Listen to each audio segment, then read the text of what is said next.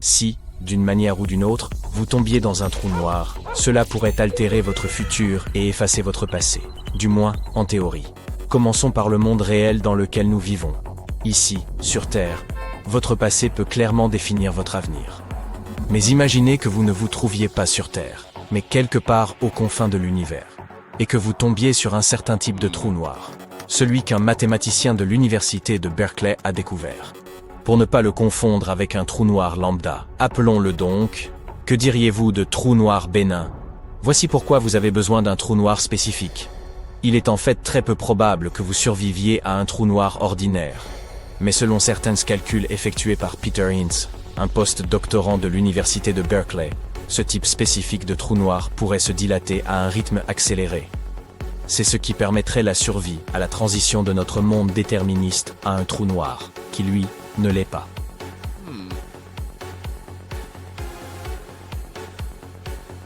Imaginons que vous ayez survécu à ce passage, et que vous vous dirigiez maintenant vers le centre d'un trou noir bénin.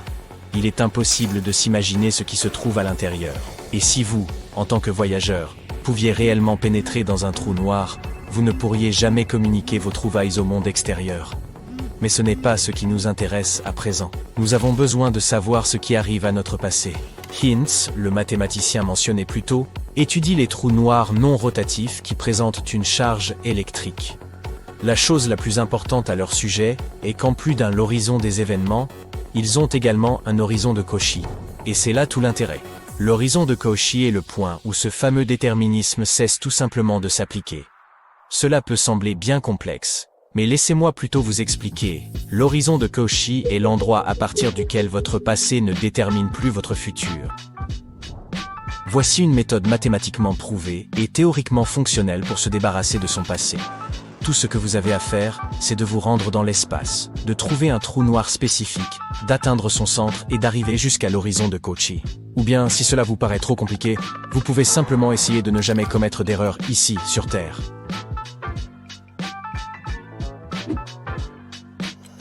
Et oui, des idées comme « votre passé est annulé ». Vous avez un nombre infini d'options pour influencer votre avenir. Et tout le tout-team semblent aussi irréalistes qu'elles sont attrayantes. Imaginez par exemple que personne n'apprenne jamais que vous avez échoué à obtenir votre diplôme, mais qu'à partir de maintenant, vous ayez l'opportunité de faire tout ce que vous voulez. Mais ce n'est qu'en théorie. En réalité, une fois que vous entrez dans un trou noir, mais pas celui dont nous avons parlé plus tôt, vous risquez simplement de disparaître une fois pour toutes. Mais ne vous attristez pas, on parle seulement de votre forme physique actuelle. C'est un peu plus pointu qu'il n'y paraît. Il existe en fait un curieux principe de la mécanique quantique qui peut être expliqué de manière simple. Pour commencer, imaginez que vous ne soyez pas un être humain, mais simplement constitué d'informations. Vous avez vos expériences propres, vos pensées et votre passé. Tout cela représente l'information que vous êtes. Maintenant, simplifions encore plus. Imaginez une clé USB ou un livre. Ces deux choses contiennent de l'information. Si vous cassez une clé USB qui contient de la musique et des films, elle n'existera plus sous sa forme physique, mais l'information qu'elle contenait ne cessera jamais d'exister. Il en va de même pour le livre. Si vous le brûlez, l'information qu'il contient ne brûle pas. Elle continue d'exister, mais sous une autre forme. Ainsi, cette théorie amusante prétend que même si quelqu'un franchit l'horizon des événements, qui est le point de non-retour avant d'être spaghettifié, il ne cesse pas pour autant d'exister. En termes simples, ces voyageurs cosmiques existeront toujours, mais sous la forme d'informations. Revenons maintenant aux trous noirs. Selon Stephen Hawking, les trous noirs émettent des radiations. Ces radiations les font rétrécir, et avec le temps, je veux dire, beaucoup de temps, un trou noir peut diminuer à tel point qu'il finit par disparaître. Alors, que se passe-t-il pour l'astronaute qui s'est retrouvé piégé dans un trou noir s'il disparaît? Non, il ne sera pas recraché du trou noir pour retourner à son état d'origine. Il en sera toujours éjecté cependant, mais sous forme de rayonnement de Hawking. Mais tout cela n'est que théorique.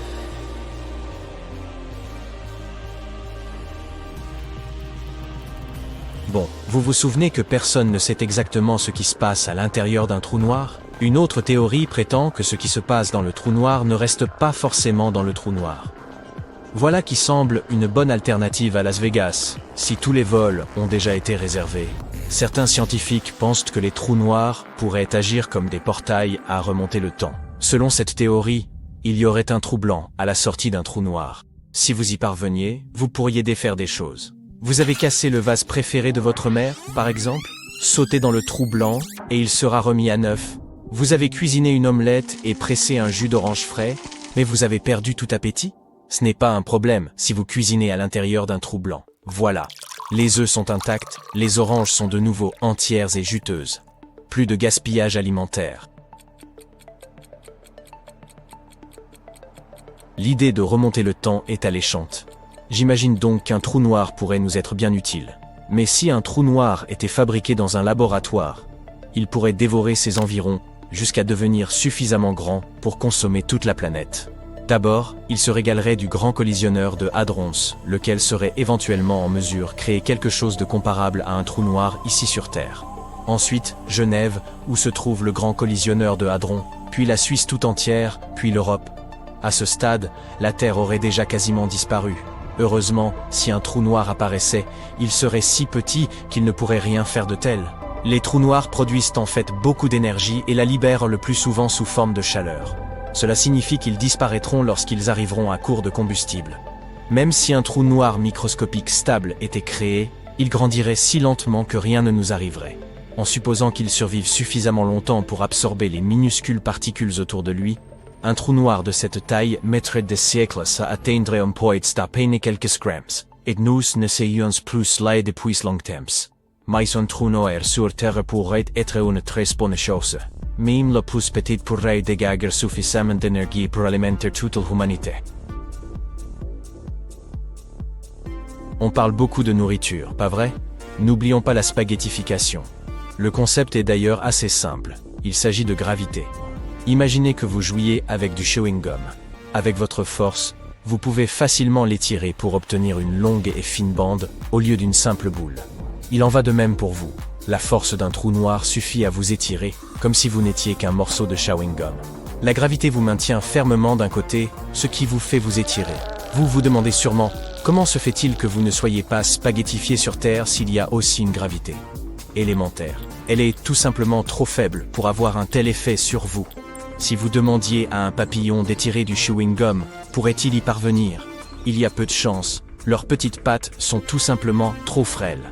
De même ici. La Terre est simplement trop insignifiante en comparaison d'un trou noir. Donc, si vous vous demandiez si vous pourrez un jour dépasser 1,90 m, cela pourrait ne jamais se produire sur Terre. Mais une fois dans un trou noir, vous pourrez grandir bien au-delà. Vous ne resterez pas au top de votre forme bien longtemps, néanmoins. Si vous étirez du chewing-gum, à un moment donné, il se déchire tout simplement. Il en ira de même avec vous, à cause de la spaghettification. Imagine un être si puissant qu'il pourrait aspirer des galaxies entières, si mystérieux qu'il serait invisible à l'œil nu, et si impressionnant qu'il pourrait plier l'étoffe même de l'espace et du temps. Je te présente ma mère. Mais non, je plaisante. Il s'agit en réalité de l'ultime super-héros de notre univers, l'étoile trou noir. Mais qu'est-ce que c'est exactement? Nous allons voir ça. L'univers est rempli de merveilles, et cette étoile est l'une des plus impressionnantes d'entre elles. Sa force supermassive est capable de bousculer les lois de la physique, une véritable énigme que les scientifiques doivent encore élucider. Pas étonnant qu'elle fascine les auteurs de science-fiction.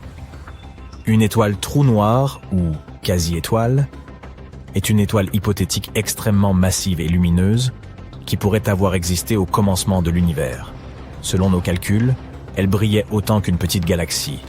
Mais contrairement aux étoiles modernes, elle n'était pas alimentée par la fusion nucléaire. Son énergie provenait de la matière que le trou noir qu'elle possédait en son cœur aspirait. Et oui, tout comme un trou noir normal, ces étoiles avaient le pouvoir d'aspirer tout ce qui s'en approchait, des étoiles, de la poussière et même des galaxies. Mais comment est-il possible qu'une étoile naisse d'un trou noir? Et comment pouvait-il coexister? Voyons d'abord comment naissent les trous noirs en général. Tout commence par une étoile supermassive, c'est-à-dire une étoile faisant plusieurs fois la masse de notre Soleil. Cette étoile géante brûle intensément et brille de la lumière d'1 million de soleils. Hélas, elle finit par manquer de carburant. À la fin de sa vie, elle émet un énorme boom, Une puissante explosion capable d'éclipser une galaxie entière. Ce type d'explosion porte le nom de supernova. Lors de ce boom, les couches extérieures de l'étoile partent dans tous les sens, tandis que le noyau se voit écrasé par sa propre gravité. Si le noyau est suffisamment lourd, il continuera à s'effondrer jusqu'à devenir un trou noir. Et celui-ci, par conséquent, naîtra. Et non, il n'a pas besoin de couches. Ce monstre cosmique grandira à partir de maintenant en avalant tout ce qui s'approche de lui. C'est en gros ce qui se passe actuellement dans notre univers, avec les étoiles supermassives. Mais les quasi-étoiles dans tout ça? La formation d'une quasi-étoile n'a pu avoir lieu qu'au début du développement de notre univers, avant que l'hydrogène et l'hélium ne se fassent contaminer par des éléments plus lourds. Pour cette raison, les quasi-étoiles présentent une caractéristique importante. Elles sont gigantesques, si énormes qu'il est littéralement impossible de les imaginer. Il est possible qu'elles aient été plus grandes que les plus grandes étoiles modernes connues, comme VY Canis Majoris et Stephenson 218. Pas étonnant qu'elles soient si effrayantes. Elles naissaient de proto-étoiles, qui étaient parmi les premières étoiles de l'univers, les arrière-arrière-grands-pères de... tout. Imagine maintenant une proto-étoile si massive que son cœur finisse par s'effondrer en un trou noir, comme nous l'avons décrit précédemment. Mais la différence essentielle, c'est que lors d'une supernova classique, les couches extérieures de l'étoile sont emportées par toute l'énergie libérée. En revanche, avec une quasi-étoile, 16 couches extérieures ont une masse suffisante pour absorber cette énergie et rester en place. Qu'obtient-on au final? Une étoile avec, en son cœur, un trou noir pesant entre 1000 et 10 000 masses solaires. Cette quasi-étoile est environ 14 000 fois plus grande que notre Soleil. C'est la plus grosse étoile que nous connaissions à ce jour. Ce titan céleste ont des propriétés assez folles. Lorsqu'un trou noir se formait au centre d'une proto-étoile, elle se mettait à dégager des tonnes d'énergie. Cette énergie contribuait à équilibrer sa force de gravité, comme avec les étoiles à fusion nucléaire. Elle devenait alors si lumineuse qu'elle ressemblait à une petite galaxie. Ces étoiles avaient une durée de vie assez courte, de l'ordre de 7 millions d'années. À titre de comparaison, notre Soleil a environ 4,5 milliards d'années, et il n'en est qu'à la moitié de sa vie. Au cours de cette brève période, le trou noir atteignait une taille située entre 1000 et 10 000 fois celle de notre Soleil. On pense aussi que les quasi-étoiles étaient très chaudes, avec des températures dépassant les 9700 Celsius. Mais en vieillissant, elles commençaient à se refroidir, et leurs couches extérieures devenaient transparentes. Finalement, leur température n'était plus que d'environ 3800 Celsius. À ce moment, c'en était fini de nos quasi-étoiles. Elles ne pouvaient pas survivre à cette température. Elles se dissipaient donc, laissant derrière elles des trous noirs de masse intermédiaire. Bon, malheureusement, à l'heure actuelle, il n'existe aucune preuve concrète de l'existence de ces quasi-étoiles. Elles auraient seulement existé il y a très longtemps. Peut-être s'agissait-il d'étoiles dites de population 3, qui sont extrêmement rares et difficiles à détecter. Et il est très peu probable qu'elles existent encore aujourd'hui en raison de leur durée de vie très brève. 7 millions d'années, c'est court. Alors pourquoi les scientifiques croient-ils à l'existence de ces quasi-étoiles? Parce qu'ils cherchent à expliquer comment des trous noirs supermassifs ont pu se former si tôt dans l'histoire de l'univers. On les trouve au centre de la plupart des galaxies. Mais comment ces monstres se sont-ils développés si rapidement? Après tout, il faut énormément de temps pour qu'un petit trou noir se transforme en un trou noir supermassif. C'est de là que vient l'idée des quasi-étoiles. Ces étoiles ne sont pas simplement des titans destructeurs. Elles sont les championnes de la gravité. Elles peuvent plier et déformer n'importe quoi à leur guise. Voilà pourquoi, si elles ont réellement existé, on pense qu'elles ont joué un rôle crucial dans l'évolution des galaxies. Elles auraient tout contribué à façonner l'univers tel que nous le connaissons. Les trous noirs de taille intermédiaire qu'elles ont laissés derrière elles seraient finalement devenus les trous noirs supermassifs qui sont au centre des galaxies. Mais nous n'avons pas encore résolu ce mystère cosmique. La détection des étoiles trous noirs s'apparente à la recherche d'une aiguille dans une botte de foin. Sauf qu'au lieu d'une aiguille, il s'agit d'un objet invisible et mystérieux, et qu'au lieu d'une botte de foin, il s'agit de la vaste étendue de l'espace. À l'aide d'une technologie assez avancée et de beaucoup de matière grise, nos scientifiques tentent cependant de trouver des réponses. Voici quelques éléments qui peuvent nous aider. Tout d'abord, Les ondes gravitationnelles. Ce sont des sortes d'ondulations dans l'étoffe de l'espace-temps causées par le mouvement d'objets massifs. Albert Einstein les a prédites au XXe siècle, mais elles n'ont été détectées qu'en 2015, alors que des scientifiques observaient une collision entre deux trous noirs. Cette découverte nous a appris que les trous noirs peuvent fusionner et qu'ils constituent une source puissante d'ondes gravitationnelles. Les scientifiques pensent qu'en étudiant ces ondes, ils pourront en savoir plus sur la formation et la croissance des trous noirs. Nous pouvons aussi essayer de détecter les quasi-étoiles en observant les effets de leur gravité sur leur voisinage. C'est un peu comme quand on essaye de trouver un criminel en examinant des empreintes digitales.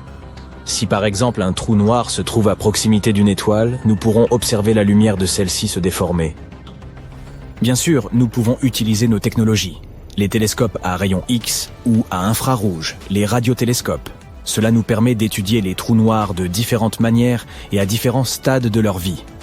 Nous travaillons donc d'arrache-pied pour découvrir ce qui se cache derrière ces géants célestes. Nous développons en permanence de nouveaux télescopes à la recherche des trous noirs primordiaux et nous essayons de comprendre ce qui lie les étoiles trous noirs à la matière noire. Cela nous mène à des découvertes assez incroyables, comme avec les ondes gravitationnelles. Nous espérons ainsi un jour percer le mystère des quasi-étoiles. Lorsque nous aurons découvert la vérité, nous aurons tourné une nouvelle page de notre histoire scientifique. TRES-2b est une planète où la nuit ne finit jamais. Et ce n'est pas une nuit habituelle avec des étoiles qui brillent dans un ciel magnifique. Là, il fait nuit noire et une chaleur torride. TRES-2b est une géante gazeuse environ 1,5 fois plus massive que Jupiter, et sa surface absorbe mieux la lumière que le charbon de bois. Elle pourrait aussi avoir une faible lueur rouge foncée à cause de son air brûlant, qui est aussi chaud que de la lave.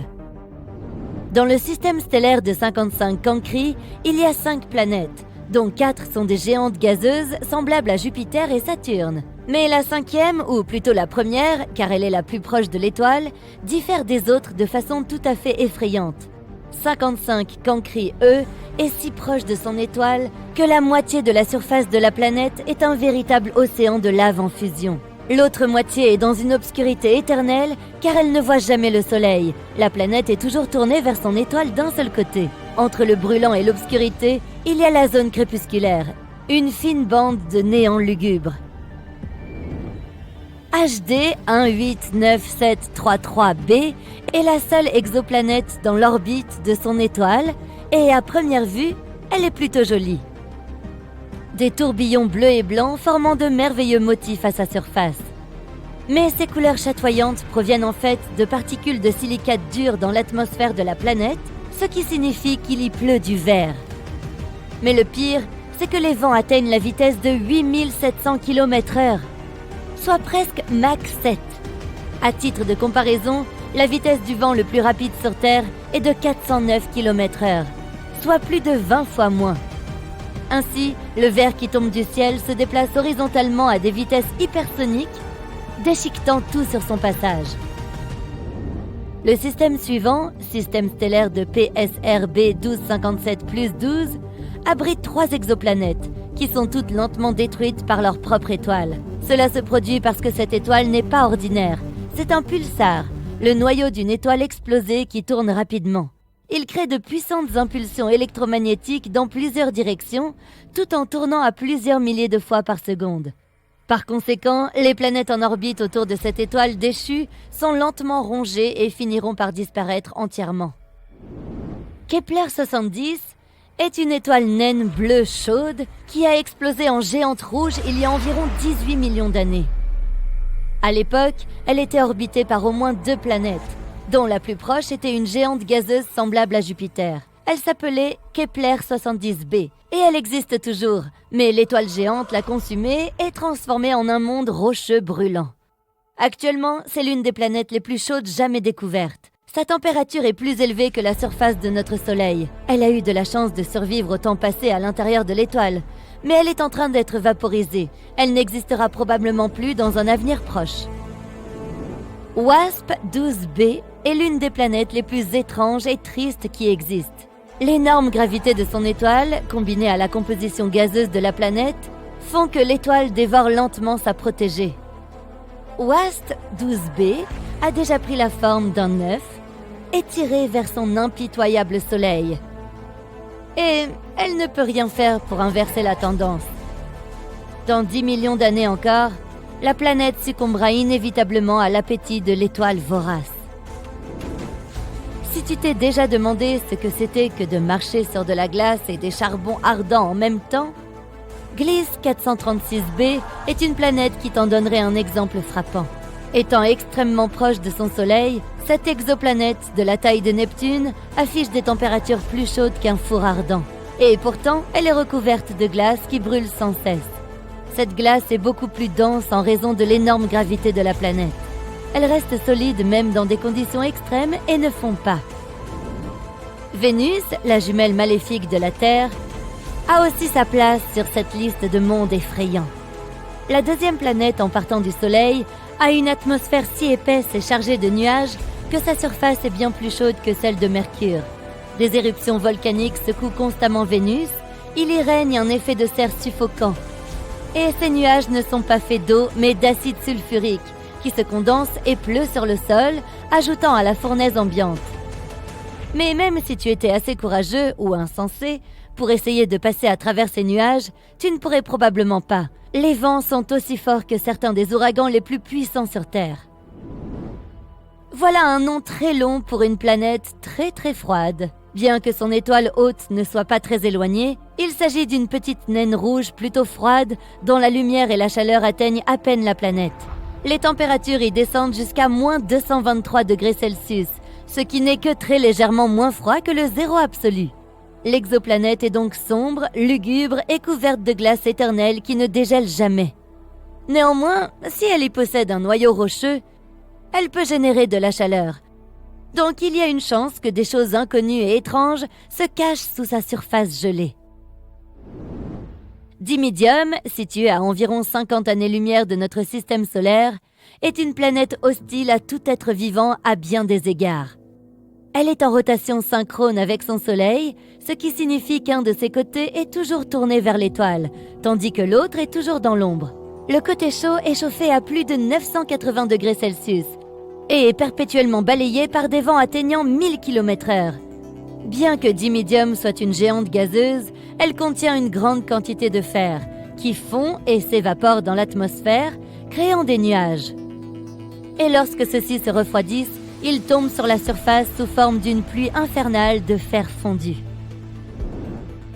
L'oxygène est généralement considéré comme un élément susceptible d'apporter la vie à une planète, mais ce n'est absolument pas le cas sur Osiris. Les scientifiques ont été choqués de trouver de l'oxygène sur cette planète, ou plutôt autour d'elle, car elle est 8 fois plus proche de son étoile que Mercure ne l'est du Soleil. Cette distance extrême fait d'Osiris un endroit où tout ce qui peut brûler le fait. La distance est aussi responsable de l'orbite très courte de la planète autour de son étoile. Une année sur Osiris correspond à seulement 3,5 jours sur Terre. De plus, l'atmosphère de la planète est constamment soufflée par la chaleur de son Soleil. Corotte Exo 3b n'est ni aussi chaude ni aussi froide que certaines des autres sur cette liste, mais elle installe une terreur autrement plus insidieuse. C'est une géante gazeuse d'une taille similaire à celle de Jupiter, mais 20 fois plus dense. Cela fait que la gravité de cette exoplanète pèse sur tout ce qui se trouve à sa surface 50 fois plus fort qu'elle ne le ferait sur Terre. Marcher dessus causerait ta perte, car tu serais immédiatement écrasé par la densité de son atmosphère. Corotte 7b est un autre monde semblable à un four. Sa température quotidienne est de plus de 2200 degrés Celsius. Combinée à sa surface rocheuse, elle arbore un paysage infernal. Les roches sur le sol bouillonnent et s'évaporent dans l'atmosphère, où elles refroidissent et finissent par retomber sur la surface en une pluie de soufre. La chose la plus triste à propos de Corotte 7b est qu'elle aurait pu être autrefois une géante gazeuse dont l'atmosphère a été anéantie en raison de la chaleur, ne laissant que le noyau brûlé. Voici la planète Terre et son satellite, la Lune. Zoom arrière, voici notre système solaire. Un peu plus loin, la galaxie de la Voie lactée. Nous sommes un petit point parmi un nombre infini d'étoiles. Maintenant, encore plus loin, un amas de galaxies.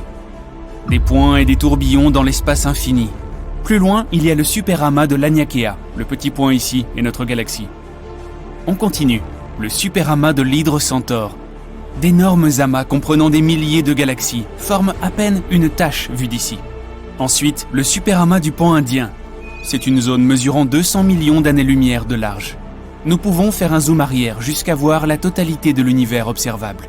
Chaque petit point ici contient en fait des milliers de galaxies et des milliers de milliards d'étoiles. Les scientifiques pensent que notre univers pourrait ressembler à une bulle qui pourrait entrer en collision avec un autre univers. Oui, d'autres univers pourraient exister. En fait, il y en aurait même un nombre infini. Tous ont pu apparaître après le Big Bang. Une collision entre eux n'est pas non plus impossible. En tout cas, cela a déjà pu se produire.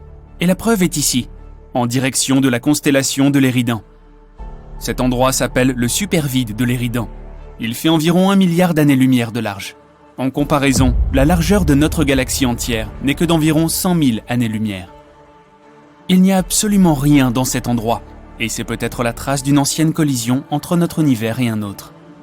Les scientifiques pensent qu'ils seraient passés l'un à côté de l'autre, et que les forces gravitationnelles de chacun ont commencé à attirer ces bulles les unes vers les autres, comme 2 gouttes d'eau quand elles sont très proches. Mais la vitesse des univers était trop élevée pour qu'ils puissent continuer à interagir. Donc l'autre univers a juste arraché un morceau du nôtre. Il pourrait y avoir eu environ 10 000 galaxies dans ce vide, et toutes ont été soit détruites, soit prises par l'autre univers. Voyageons aux confins de notre univers pour voir comment cette collision a pu avoir lieu. Nous voici à 10 000 milliards d'années-lumière de chez nous. Ici, dans une autre galaxie, nous voyons d'étonnantes nébuleuses de couleurs et de formes différentes. Mais si on regarde dans l'autre direction, il y a un énorme mur qui se déplace vers nous. Toutes ces étincelles brillantes sur le mur sont d'énormes galaxies sur le point d'entrer en collision avec nous. Mais en fait, c'est un énorme miroir qui ne reflète que notre univers. Ici, l'espace-temps est déformé et est attiré vers un autre univers, à toute vitesse. Les lois de la physique classique ne s'y appliquent pas. La gravité pourrait disparaître, donc toutes les étoiles exploseraient, et les gens à la surface des planètes seraient soudain en apesanteur. Mais si les univers s'écrasaient directement l'un sur l'autre, ce serait encore plus effrayant. L'énorme quantité d'énergie due à cette collision provoquerait une incroyable explosion, qui détruirait tout ce qui se trouve dans notre bulle. Mais les 2 bulles pourraient aussi se mettre à fusionner. Au début, toutes les galaxies à la périphérie des univers seraient déchirées. Puis la fusion commencerait. Les galaxies se mettraient à bouger de façon chaotique.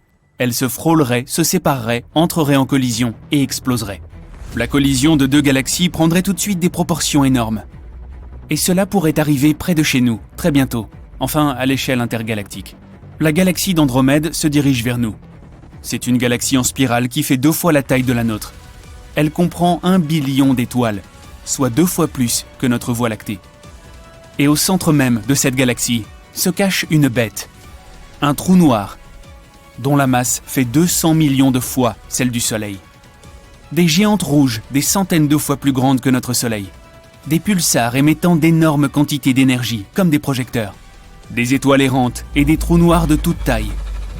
Cette soupe mortelle se déplace vers nous à 100 km par seconde. Un voyage de New York à Los Angeles à cette vitesse ne prendrait que 30 secondes. Le disque d'Andromède est déjà visible à l'œil nu, les nuits sans lune. Avec le temps, il sera encore plus grand.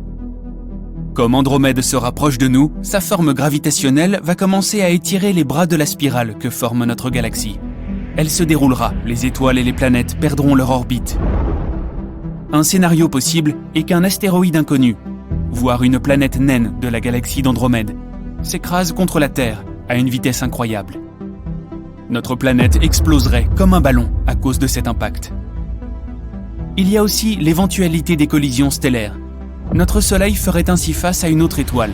La plus grosse des 2 commencera lentement à consommer la plus petite. D'abord, elle lui volera ses couches supérieures les plus légères, puis elle l'aspirera comme un spaghetti, ou peut-être même comme un rigatoni. Quand une grande étoile atteint son poids critique, elle éclate. Cette explosion détruira tout notre système solaire.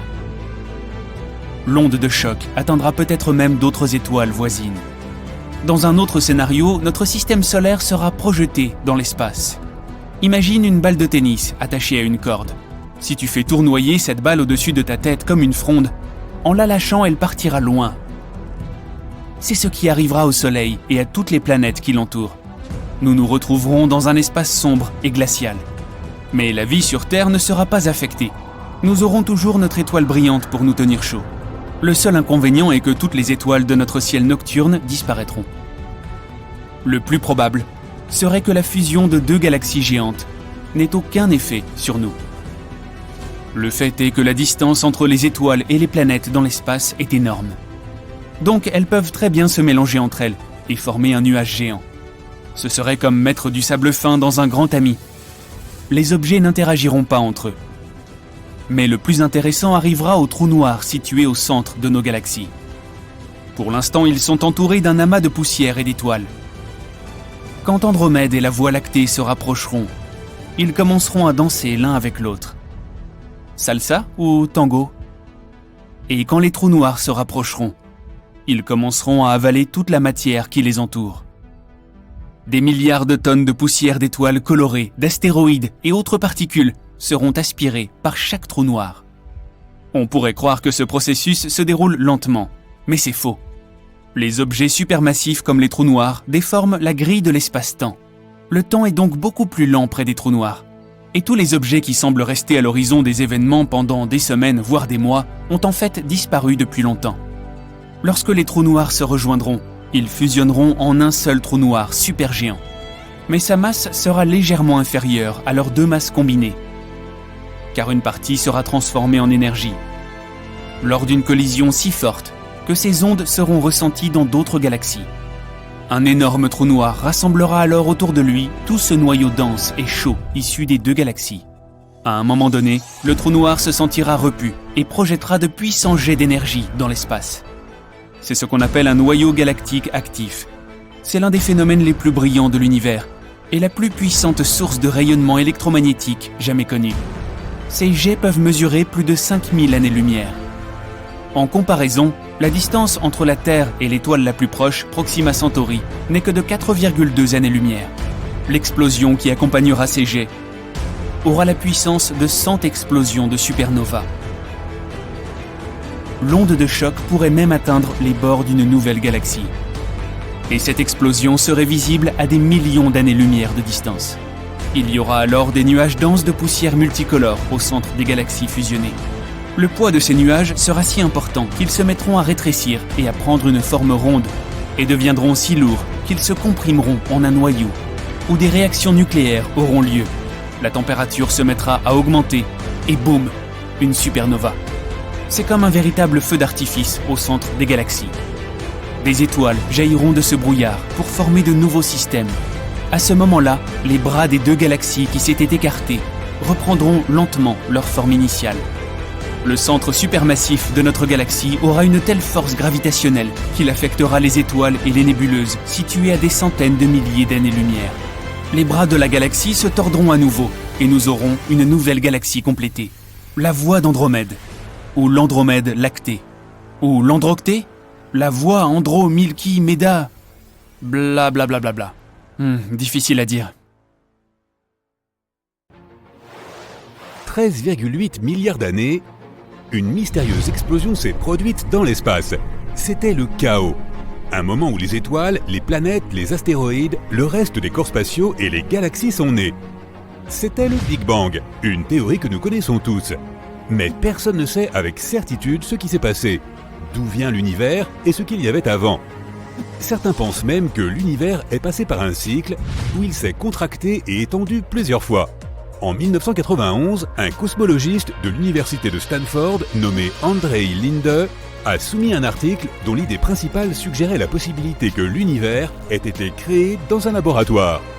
Selon sa théorie, il y avait une chance qu'une civilisation avancée quelque part dans le monde ait créé notre univers. Cette civilisation aurait créé un cosmos entièrement nouveau, qui a ensuite évolué vers ses propres planètes, étoiles et formes de vie intelligentes. 30 ans plus tard, de nombreux scientifiques prennent cette théorie très au sérieux. Ils ont même commencé à parler de choses que nous, en tant que civilisation, pourrions faire pour atteindre un niveau aussi avancé. La théorie dit que cette civilisation avancée a décidé d'ajouter une technologie qui a aidé à créer un nouvel univers à partir de rien. Cela a eu lieu par le biais du tunnelage quantique. Cela se produit quand un atome peut apparaître de l'autre côté d'une barrière, même si c'est censé être impossible, compte tenu des lois de la physique de notre monde. Comme par exemple, si tu voulais passer de l'autre côté d'un grand mur, mais que tu ne peux pas le passer avec des échelles ou le contourner. Imagine que tu peux simplement le traverser comme un fantôme. Dans notre monde, ce n'est pas possible, mais une civilisation plus avancée pourrait être capable de le faire. De plus, ils auraient compris comment ils pouvaient créer de nouveaux univers. En ce moment, à l'échelle cosmique, nous pourrions être une civilisation de classe C. Nous ne savons pas comment recréer certaines choses, par exemple les conditions sur la Terre si notre étoile centrale, le Soleil, s'éteint. Si nous parvenons à devenir une civilisation de classe B, nous apprendrons à ajuster les conditions pour être indépendants du Soleil. Cela signifie que nous pourrions peut-être même apprendre à vivre sans lui. Et si nous passons au niveau supérieur et devenons de classe A, nous saurons comment recréer les conditions cosmiques et produire notre propre cosmos dans nos laboratoires. Pensons au monde dans lequel nous vivons à travers 3 dimensions d'espace, Est-Ouest, Nord-Sud et Haut-Bas. Il y a aussi une dimension de temps, ce qui signifie que nous pouvons distinguer le passé du futur. Une 5e dimension représenterait une dimension supplémentaire de l'espace. La théorie de son existence a été mentionnée pour la première fois dans les années 1920. Elle a été inspirée par la théorie de la gravité d'Albert Einstein, qui a déclaré que l'espace-temps est déformé par la matière et l'énergie. Nous ne pouvons pas percevoir ces 4 dimensions, mais nous voyons comment un objet se déplace et l'attribuons à la gravité. Et peut-être qu'il y a une autre force, comme la force électromagnétique, qui est plus de 1000 fois plus forte que la gravité, et qui pourrait expliquer les choses qui se passent dans cette dimension supplémentaire de l'espace. La 5e dimension est courbée, de sorte que nous ne pouvons pas la voir. Mais l'idée de cette dimension a été mentionnée dans une théorie des cordes. Elle considère l'univers comme de très petites cordes de masse énergie, et non comme des particules. Elle vibre dans un espace-temps à 10 dimensions, sachant que 6 d'entre elles prennent moins de place qu'un seul atome. Cela a conduit à l'image de l'univers comme une île en 3D qui flotte dans un espace-temps à 10 dimensions. De plus, la 5e dimension pourrait être une excellente explication pour nous en dire plus sur la matière noire. C'est la matière invisible qui a une masse, mais que nous ne pouvons pas voir et qui ne peut pas interagir avec la matière ordinaire. Or, la matière noire représente 85% de toute la matière de notre univers. L'univers ne peut pas être immobile, il est constamment en mouvement, se contractant ou s'étendant. Nous pensions qu'il y avait 100 milliards de galaxies, mais il s'avère qu'il y en a plus d'1 trillion. Les galaxies s'éloignent les unes des autres. C'est ce que cela signifie lorsque les scientifiques disent que l'univers est en expansion continue. Il y a des vides entre les galaxies qui s'étendent parfois sur des millions et des millions d'années-lumière. Ils peuvent sembler vides, mais ils peuvent aussi contenir beaucoup plus de matière que ce que nous pouvons trouver dans les galaxies. Pourtant, les étoiles ne peuvent généralement pas s'y former car la matière entre ces zones a une densité plus faible. Mais il y a quand même beaucoup d'étoiles dites intergalactiques. Un bon exemple est l'amas de galaxies de la Vierge, dont 10% sont des étoiles intergalactiques. Nous ne savons pas exactement comment elles sont arrivées là, mais il y a 2 façons possibles. Première option, les étoiles peuvent entrer en collision, fusionner ou passer près d'une autre galaxie qui peut les faire décoller de leur galaxie mère. Deuxième option, un trou noir supermassif peut accélérer une étoile à une vitesse très élevée s'ils se rencontrent de près, ce qui peut là encore faire qu'une étoile soit expulsée de sa galaxie mère. Si tu disposais d'un aimant géant, tu pourrais même extraire quelque chose des environs d'un trou noir. C'est possible si le champ magnétique près d'un trou noir supermassif est aussi fort que le champ gravitationnel du trou noir. Mais cela ne fonctionne pas si nous parlons de matériel qui se trouve déjà au-delà de l'horizon des événements du trou noir. C'est la limite où la force gravitationnelle est si puissante que même la lumière ne peut pas s'en échapper. Il faudrait que tu accélères ce matériau au moins à la vitesse de la lumière pour qu'il puisse s'échapper. Pour cela, tu aurais besoin d'une quantité infinie d'énergie. Mais un aimant pourrait t'aider si quelque chose se dirige vers le trou noir, mais n'est pas encore entré à l'intérieur. Lorsque l'on évoque les trous noirs, tu as sans doute en tête l'image d'un vide géant dans l'espace. Mais la Voie lactée est très probablement pleine de milliers de trous noirs plus petits qui flottent dans la galaxie. Lorsqu'une étoile arrive à sa fin, elle est détruite dans une explosion de supernova, qui est un cataclysme d'énergie. Durant cette explosion, les densités dans le noyau atteignent un état suffisamment intense pour que rien ne puisse s'échapper. Au même moment, la majeure partie de l'étoile explose vers l'extérieur, mais une partie s'effondre vers l'intérieur, créant un trou noir. Plus l'étoile est grosse, plus le trou est gros. Le trou noir avale alors tout ce qui se trouve sur son chemin, y compris les autres étoiles. Lorsqu'une étoile est attirée dans le trou noir, elle est déchirée à cause de la forte gravité à l'intérieur, Certaines de ces parties tombent dans le trou, tandis que les autres sont éjectées à des vitesses incroyablement élevées. Certains trous noirs pourraient avoir été formés de façon différente. Les premiers stades de notre univers étaient pour le moins assez chaotiques. Il y avait des températures et des pressions élevées, et cet état a façonné le cosmos tout entier. Dans les bonnes conditions, n'importe quelle vieille tache de gaz a pu se rétrécir pour devenir un trou noir. Et il en existe de toutes les tailles. De quelques kilos à des masses colossales comme celles de milliers de soleils. Et tout ce qui se trouve entre les deux. Les trous noirs ne sont pas vraiment noirs, ce sont des zones à forte gravité et aucun objet ne peut s'échapper lorsqu'il entre à l'intérieur. Ils se nourrissent de rayonnements électromagnétiques tels que la lumière et les particules spatiales. Comme ils consomment de la matière en permanence, les trous noirs émettent une lueur sombre. La Terre n'est pas si proche du bord inhospitalier du système solaire.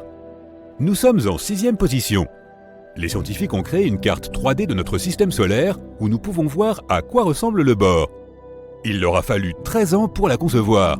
La frontière s'appelle l'héliosphère externe. Elle marque la zone de l'espace où le vent solaire, qui est le flux de particules chargées que notre Soleil émet, est dévié et drapé par le rayonnement qui provient de la région vide au-delà de notre système solaire. La couche intérieure de l'héliosphère est celle où le Soleil et les planètes ont la forme approximative d'une sphère, alors que la couche extérieure n'est pas aussi symétrique.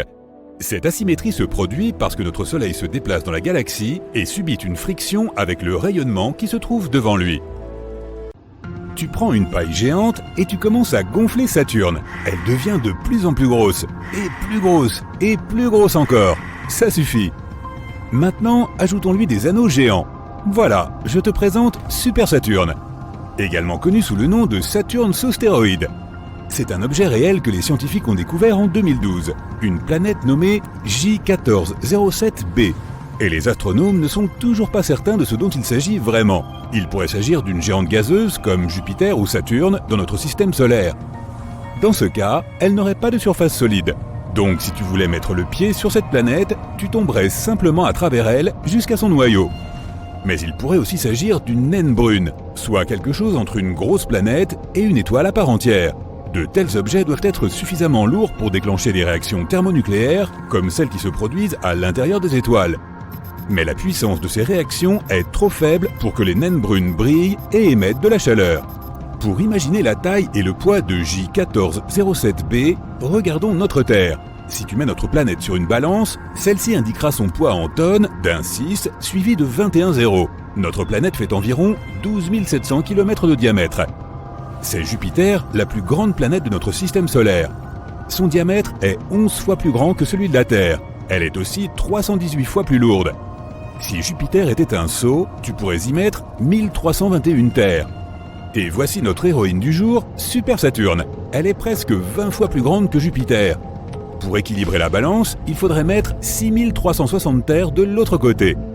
Les anneaux de cette planète sont si vastes que s'ils étaient dans le système solaire, ils occuperaient plus de la moitié de l'espace entre le Soleil et la Terre. Et si Super Saturne échangeait sa place avec notre Saturne à nous, tu pourrais voir ces anneaux à l'œil nu. Ils seraient plus grands qu'une pleine lune.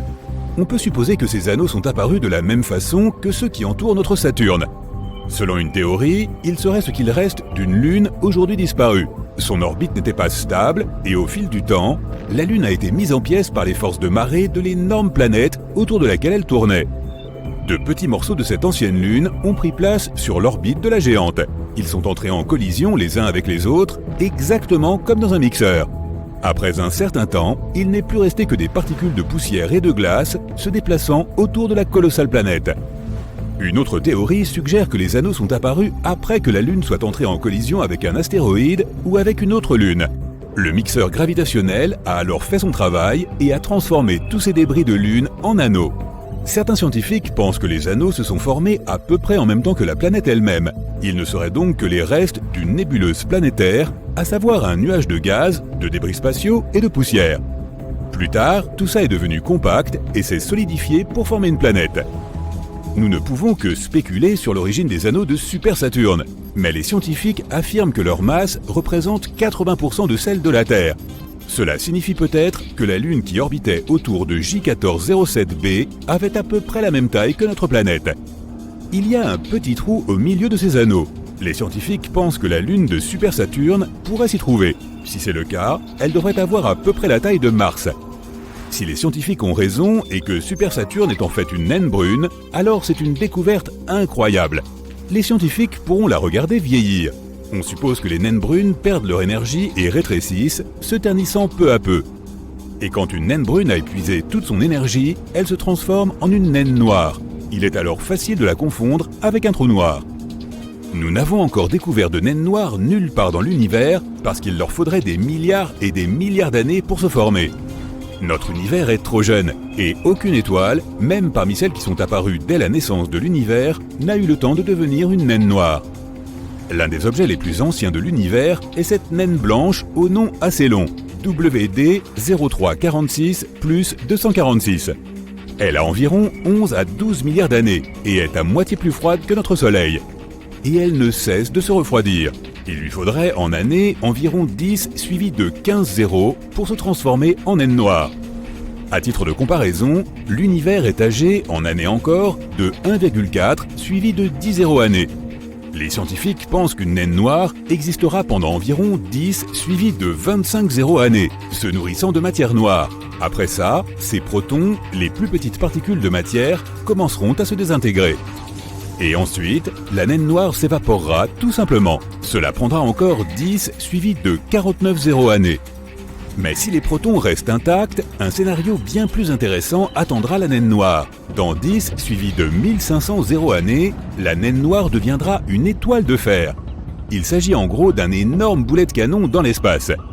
Cette sphère de fer existera des milliards de fois plus longtemps que notre univers tout entier n'a encore existé, jusqu'à ce qu'elle se transforme soudainement en trou noir. Le processus de formation d'une naine noire est donc extrêmement long. Il faudrait un temps fou à une étoile ordinaire pour vieillir ainsi. Mais Super Saturne, si c'est une naine brune, pourrait être beaucoup plus proche de cet état. Saturne sous stéroïdes n'est pas la seule planète étrange de notre univers. Voici Gliese 436b. Elle a été détectée à l'aide de la méthode du transit. Un transit se produit lorsqu'une planète se déplace entre son étoile hôte et un observateur. C'est un peu comme une éclipse lunaire. Cette planète fait 4 fois la taille de la Terre et est 22 fois plus lourde. C'est presque autant que Neptune. Elle abrite un monde aquatique hors du commun. L'eau y est solide, mais ce n'est pas de la glace. Elle a une température d'environ 270 degrés Celsius. L'eau de ta casserole se transforme en vapeur à 100 degrés Celsius, mais sur Gliese 436b, le liquide reste solide à cause de la pression extrême qui règne sur la planète. Les scientifiques ont aussi découvert que son atmosphère s'évaporait dans l'espace. C'est pourquoi il y a un nuage circulaire géant autour d'elle. Il se déplace constamment sur son orbite, ce qui donne à la planète une longue queue qui ressemble à celle d'une comète. Cancri E détient des richesses incroyables qui valent plus que tout l'argent de la Terre. Il y a des diamants éparpillés partout sur la planète. Cancri E est environ 2 fois plus large et 8 fois plus lourde que la Terre. Cette planète ne tourne pas. Un seul de ses côtés fait toujours face à son étoile hôte. Sa température de surface est presque 2 fois plus élevée que la température d'un feu brûlant. Et comme son étoile hôte est riche en carbone, la planète contient de grandes quantités de cet élément. La pression et les températures intenses aident à transformer le carbone en graphite et en diamant. Malheureusement, cette planète se trouve à 40 années-lumière de chez nous. Il faudrait donc environ 730 000 ans pour s'y rendre avec une fusée ordinaire. Une autre planète riche en pierres précieuses est At-P-7b. Elle se trouve à environ 1000 années-lumière de la Terre. Elle est 60% plus grande et presque 2 fois plus lourde que Jupiter. Cette planète est si proche de son étoile hôte qu'elle en fait le tour en seulement 2 jours terrestres. En raison de cette proximité avec l'étoile, At-P-7b est presque aussi chaude qu'une naine blanche. Si tu regardes la face nocturne de cette planète, tu verras des nuages étranges. Les scientifiques pensent que ces nuages sont peut-être riches en corindon. C'est la substance qui forme les rubis et les saphirs. Il est donc probable qu'il y pleuve des pierres précieuses aussi chères que magnifiques. WASP-12b est l'une des planètes les plus sombres jamais découvertes. Un seul de ses côtés fait face à son étoile hôte. La surface de la planète est si sombre qu'elle dévore environ 94% de toute la lumière visible. Elle ressemble donc beaucoup à un trou noir. L'étoile hôte réchauffe tellement cette planète que la matière qui s'y trouve s'évapore continuellement. Puis la forte gravité de l'étoile attire ce nuage vers elle, formant un disque. Mais TRES-2b est la championne. C'est la planète la plus sombre que l'on connaisse. elle absorbe 99% de la lumière provenant de son étoile, ce qui signifie qu'elle absorbe plus de lumière qu'un morceau de charbon. 1% de la lumière restante est rouge car elle est réfléchie par cette géante gazeuse. De loin, cette planète a l'air vraiment maléfique. L'une des plus anciennes planètes de l'univers est PSR B1620-26b. Elle a environ 12,7 milliards d'années. Cela signifie qu'elle s'est formée environ 1 milliard d'années après le Big Bang. Cette planète est si vieille que ces deux étoiles hautes ont eu le temps d'évoluer. L'une est une naine blanche, l'autre est un pulsar qui fait presque 100 révolutions par seconde. Les levées de soleil sur cette planète doivent être époustouflants. En ce moment, ce système stellaire se dirige vers un dense amas d'étoiles. Il est probable que cela finisse par une collision stellaire. Le sort de cette planète est donc inconnu. Kepler 438b est l'une des planètes les plus similaires à la Terre. Elle n'est que 12% plus grande et se trouve dans la zone habitable de son étoile haute, ni trop proche, ni trop éloignée. À cette distance, l'eau ne s'évapore pas à cause de la chaleur et ne se transforme pas en glace à cause du froid. Cette planète pourrait abriter de la vie à sa surface. À l'avenir, elle pourrait aussi devenir une nouvelle demeure pour l'humanité. Mais il nous faudrait encore 470 ans pour nous rendre sur cette planète, même si nous voyagions à la vitesse de la lumière, ce qui est impossible en raison des lois de la physique.